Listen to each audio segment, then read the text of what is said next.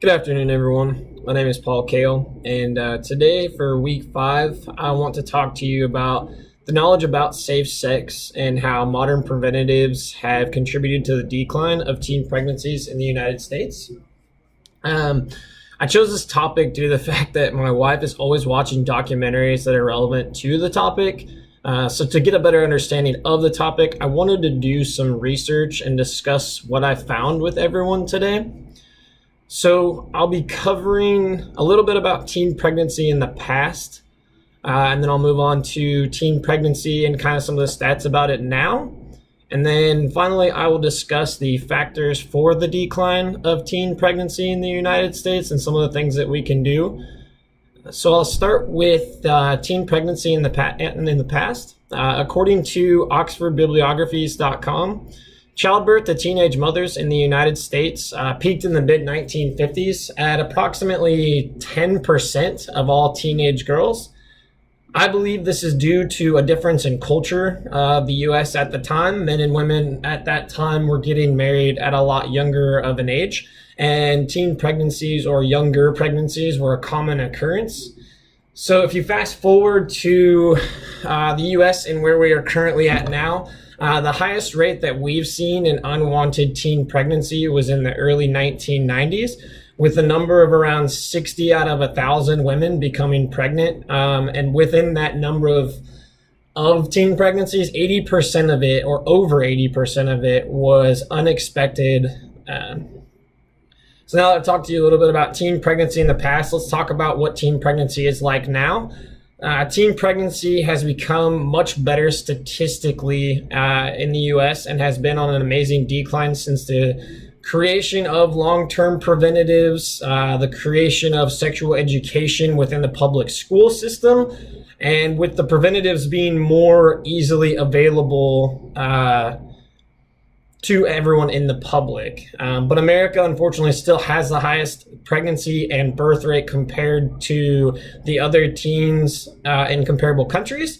In 2010, the rate of the living births to teenage mothers in the United States dropped to one of the lowest we'd seen in a long time of 30 per 1,000, and it continued to decline into 2012, which was the latest statistic I could find of 29.4 per 1,000 teenage women.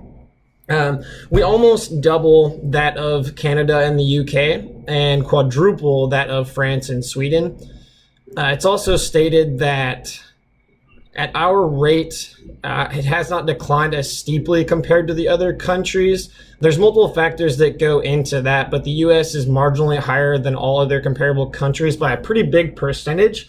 And it is stated that the U.S. teens, the reason we are much higher is because U.S. teens are less likely to use a preventative compared to any of the other countries. And it is also shown that those in unfavorable economic situations or unfavorable social circumstances are more likely to become sexually active within their teenage years, and they are not as accessible to the means for preventatives. So now that I've told you a little bit about teen pregnancy now, I will talk about the factors for the decline of teenage pregnancy in the United States. So the introduction to different preventatives or different contraceptives came out in the early 90s. The first couple big ones was the injectable contraceptive and then also the implant that could be placed. And they have made drastic changes in the percentages of the teenage pregnancies that we have in the United States. These offer a long-term option to prevent pregnancy with a bonus that they are little to no maintenance to the user. Once the preventatives are put in place, they work for multiple years and can be removed once the person is done with them and they're ready to start to try and get pregnant. Discussions with our youth has also opened up a lot of thought within our youth.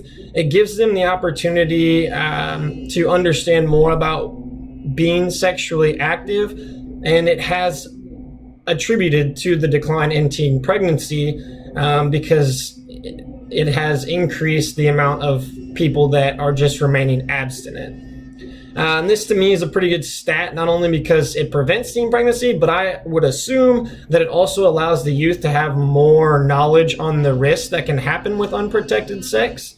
And then according to gutmatcher.org and the Allen Guttmacher Institute, they conducted a study and it showed that other countries are more open to promoting safe sex throughout the country. And it's shown that the United States is not as open to promoting safe sex. It is that the United States believes that it should only be promoted for abstinence, and that teenagers having sex is the problem rather than trying to give options for safer sex within those years of your life.